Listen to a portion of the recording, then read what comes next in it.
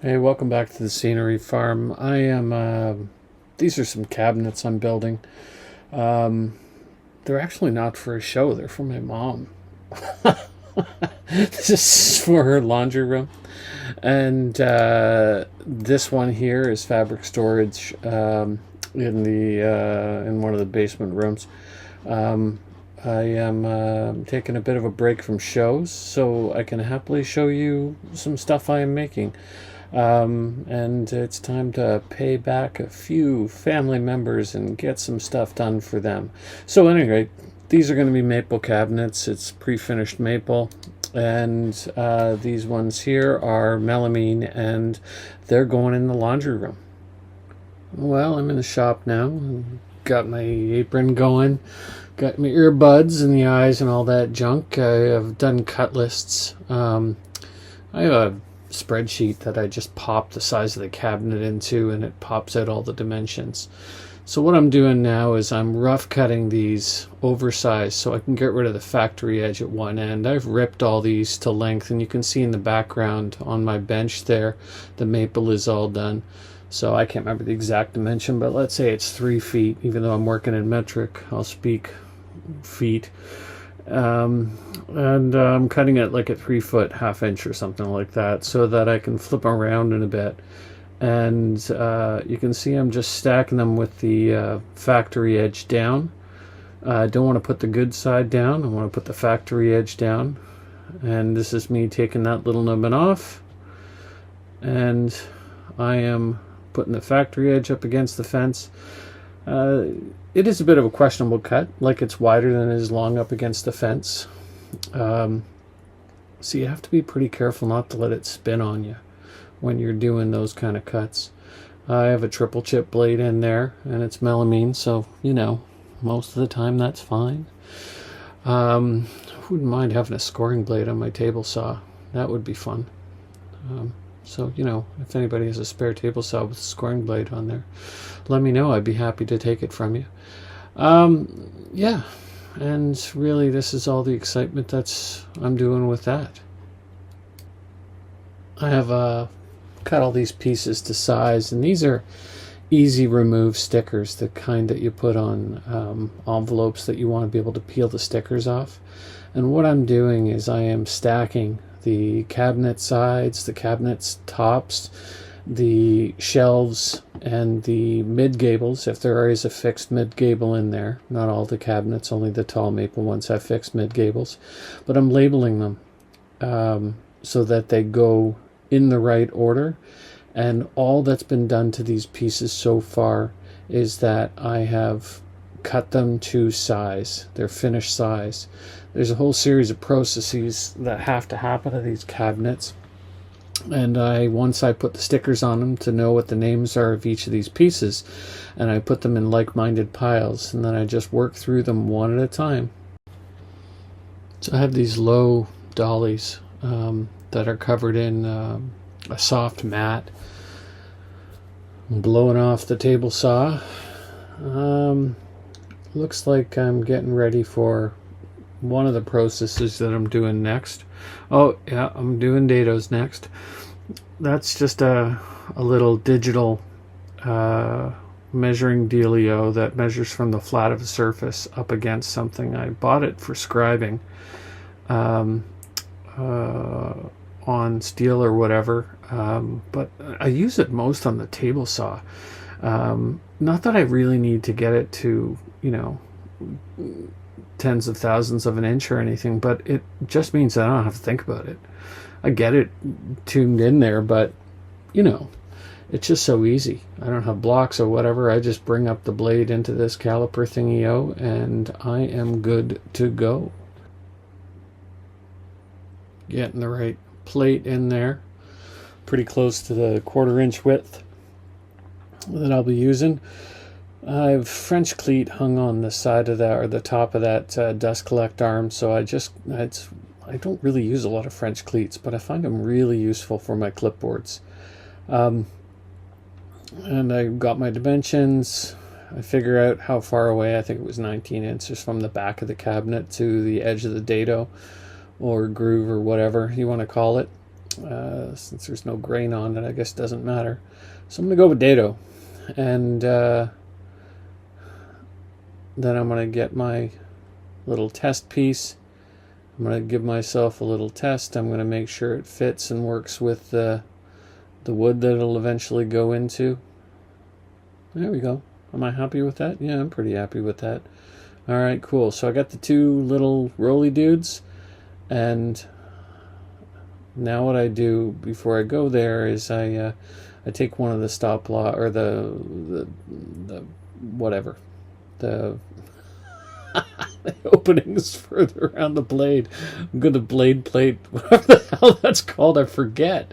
At any rate, I use one of those as the hold down, and I put a piece of paper between the rough piece of wood and that, just to make sure that I have just a paper's thickness to go there. And you can see I'm cutting them sticker down, and one of these I actually catch the sticker on the edge of the table saw, and then I go to my way to not have that happen again. It kind of partially rips off. Oh, I'm also checking the edge to make sure there's no bump on the edge of it. But yeah, here I am. I'm just dadoing. Whatever. So this is the spreadsheet I mentioned earlier. Essentially, the deal is I have this spreadsheet where all the yellow cells are the cells I have to put information in, and the rest of it auto-populates and tells me how many pieces, gives me the name, the length, the depth, the thickness, the long edge. It needs a dado, one of them. Front and two edges need edging, and there's no system holes, pin slots, or pocket holes. And this is consistent with a cabinet that has the top, for me, the way I build them. In this instance, I mean, I build cabinets differently depending on their use, but at the top and bottom go fill width. The verticals are sitting in between the top and bottom. Means top and bottom has edging on front and two edges. The sides only have edging on the front. The sides have system holes. Yes, they do. Then the shelves, they have pin slots for the pins that are in the system holes. And the hanging strips have the pocket holes, two short and one long. So I just do each piece in this order. And then here, this is the thickness. It's a lie. It's not birch finished. It's actually melamine, but whatever. 16.5 mil or 5/8 thickness. That's for the carcass. All the material. The backs are at 5.5. The cabinet is overall 946 high. The width is 660 and the depth is 400. The thickness of the hanging strips is this, and this is how many cabinets. And the only thing I have to fill in here is how many shelves I want. And such a short cabinet, I actually didn't do a mid-gable. I did 18 shelves. And then I have doors here. How many doors? Based on all this information, a flush door, which is just basically a piece of the sheet goods with the edging on it. And then the hinges that go, your bloom or whatever hinges that go with the system holes. And the number of doors, if there's 2 per width, the number of doors, if there's 6, and there's panel. And 1 per width, 2 per width, and all the pieces. The frame pieces, I have to input the width of the frame, the thickness of the frame, and the thickness of the panel. All of the panel math and all that kind of stuff is filled in here. The hanging strips, all that information's there. And then all of this stuff here, the dado width is 6.5, the datum depth is 6.5, the dado distance from the back edge is 19 mil, system holes from the front 37 mils, and the system holes from the back is 62.5 mil. And that matters because once I know this, then I know, I can't remember exactly off the top of my head what it worked out to, but the pinholes from the back of the sheet good to the front of the and the front of the sheet good on the shelves is exactly the same, so I can flip that jig over. So at any rate, that's that. I'm just setting up for the birch, the pre-finished birch, to get the dados in going on that. I've set up the saw for the melamine, and it just dawned on me, oh, I have to do more fancy stuff for the birch. And since I did my test cut on the birch, I could just reset the height like that. And so I go through the whole stack of birch like that. So I'm moving my CNC out of the way, And I got my stack of hardwoods. Actually, there's a little pine there in the front. And in that stack is the table I built for my super inexpensive edger that I got from Amazon. I don't know. I think it's like a $500 or $600 edger. And it has no trimmer, it has no buffer, it has none of that stuff, but it's faster than doing it by hand.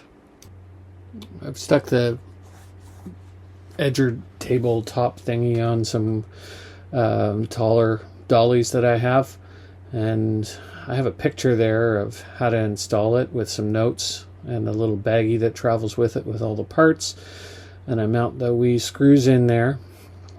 I have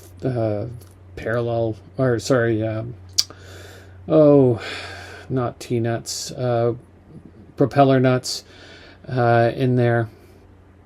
And so I just need to lock it in place, and then I need to turn the thing on for a little while, and once it's on and it's running, I will make it go. Blowing it off is actually pretty useful because I don't want to get any of that in the glue. There's the bag of glue. There's the little pot. I filled it up. Yeah, I filled it up, and I clipped her away. And part of the setup is to put a melamine shelf on the back, and I have a picture showing me where it goes. And yeah, once I get her all set up, I put the pieces in there and run them through. Everything's up and running. I put the first piece in, I push it all the way through, getting the glue on there. Oh, I want to give it a bit of a burnish. Magical. I have a longer piece now. I use that paint can there to keep it from spinning, and that burnishing block keeps the, when it flips back, keeps it from getting in the way. It's also a handy place to leave the burnishing block. I've finished with the maple, and I'm just starting to move on to the melamine. And put that away, put the birch away, get the melamine tape out, and or the white edging out. And I have a mark that I have on the tabletop, or if I don't have one yet, I'll put one on it so I can cut it to length. So I mean, this is more work than an actual edger. I don't do enough cabinetry to really justify an actual edger. I build cabinets maybe 4 or 5 times a year. I've built hundreds of cabinets, but it's not what I do. And just the same as I don't have a proper cabinet maker's table saw or a full flatbed CNC that I can cut all my parts out with. I also don't have the Bloom system hole jig. And I also don't have, an automated pin cutter for the shelf pins. But man, this is so much faster than doing it with an iron. And this cost me $600. This piece of plywood table that has maple strips that are on it that have been rounded over and sanded really well, so they're super smooth. This is a 10-foot piece of plywood.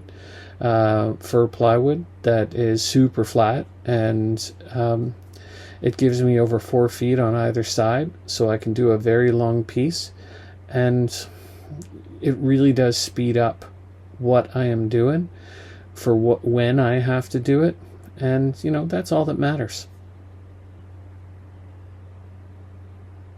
Working away with the Festool edge trimmer, I've cut it. I've used, your standard hand squeezy, clip the thickness of it, and I'm just tuning this in. This is a great tool. It really does do a nice job of lining this stuff up, and it simplifies cleaning up the tape. I was so happy when I found out this was out there. This is a Festool track that has system holes in it, and it lines up with this router jig. And using that mid-size router, I don't know, 1400 or whatever the heck it is, you can line up these tracks in place, mount the router on it, and then one at a time, it locates for each one of those system holes. And I mean, the dust collection on this tool is amazing, and it does a really sweet, quick job. It's not as fast as the Bloom one, but it's pretty darn fast. And then when you move to doing hinges, they'll line right up with that as long as you get the depth right. And I am doing all of the front edges or the back edges first. And so I have these stops set up for the back edges, lock those pins in place. I just need to lock one end in. I just be careful not to move the other end. See, I had to double check that. And then I go and I do it all the way. So I have to make sure I always start at one end of the cabinet. When I do these cabinets or whatever cabinet, I typically start at the bottom edge. I want to have the bottom edge because then I know the exact math I need for the doors to get the doors to line up with the bottom of the cabinet so I can put the holes in place for the doors. So I got a router with a bushing on it, a fluted carbide bit, 1/4-inch carbide bit in the machine, and I'm just using that bushing up against this 3/8-inch MDF template, and I flip it around. Because I'm going the same distance from the front and the back of the shelf, doesn't really matter which way I have the template faced. This is what it looks like when, you know, things and stuff interrupt. I do it on the corner so the shelf is supported and I can get the clamps on there. Oh, would you please leave me alone? Okay, I gotta get back to work. All right, there you go. And I use that pushing, and then I move on to the next shelf. I'm just going to break down some plywood for the backs, the pieces that go in the back. That, oh, where's my D grade? Where's the sheathing? Come on, find it. Oh, there it is. Cool. And I got to get the right blade in there. Oh, I don't know. I think I had a finished blade in there, and I think I'm going to my combo blade there. And did I actually unplug the saw? Did I unplug the saw? Yeah, I did unplug the saw. Good man. Good man. Alrighty, very good plywood. Put it down on the edge on the corner, flip it down. That piece I'm ripping off is how much I need to actually do all of the strips in the back. I'm never going to really do a series of strips out of one sheet of plywood. I'm going to bust it down like that. And, yeah, no, I had that vent closed. Time to open it up. And, yeah, that's about as exciting as that gets. Take that stuff, and I'm going to head over to the miter station. You can tell I have the light pointed in a really great place on the side of the Capex there. There we go. Get my stop block in place, and I just make a whack of cuts for those pieces in the back. Well, I think everybody knows what I'm doing now. I'm putting pocket holes in those pieces so I can mount them on the inside of the cabinet so that any holes I put in won't be visible from the sides. The top bottom doesn't really matter because I'm already going to have screws there, but the fewer holes I have to put in the cabinet, the better. And since I'm already using system hole or pocket holes, I might as well just continue with them. Well, here it is, assembly of the cabinet, and with those labels on there, it's pretty easy to tell. I'm just pinning this stuff together. Obviously not gluing the melamine. There's no point. Put the back in, make sure it's all lined up, put the top in, and then if I slide it in from the side, I have a way better chance. If you hold the gun perpendicular to the line it's going in, it has a less chance to blow out because the nails have a chisel point on them. What am I doing? Oh, I'm tightening up my pre-drill countersink. I'm resetting the depth on it. Wondering why I pulled out the Allen keys.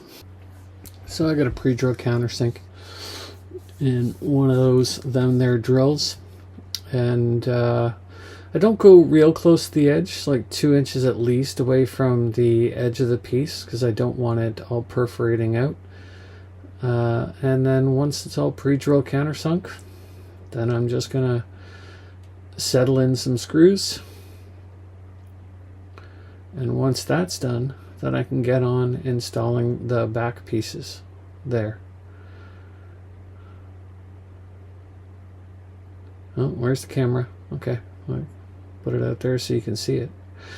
At any rate, put those in, and once they're locked in, then I can, when this cabinet needs to go in, just go right through the, it's not melamine, but the whiteboard that's there, and mount that wherever I need to mount it. If it's hanging, then I would use that piece of plywood as a shelf upon which to hang things. Yeah, and there you go. One cabinet done. I have it on a dolly, and everything I have I then move around on dollies. I prep the next two. I'm pulling different parts from different piles, and then I go and I build these 6 cabinets, and then I build the other 3 that are going in the other place. I'm just going to show you one of these maple cabinets going together. They go together the exact same way. Slide it in the top.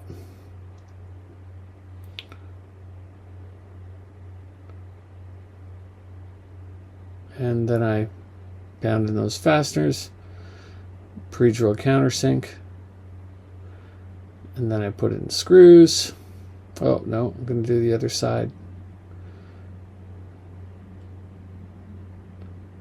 And then once that's done, I'm going to get the flip it up on its back, and this is where I have to be a little more careful about sliding stuff. Notice I didn't slide it on its face, even on a nice smooth bench like the one I have. It can be a thing. Oh, how about you install it right side facing the right side? Once I get these screws in, that's all I'm really going to show you. And more about the dollies. There's a nice little glamour shot of the dolly here, and this thing rolling around. I pop it off, and there I go. Thanks for coming to the Scenery Farm.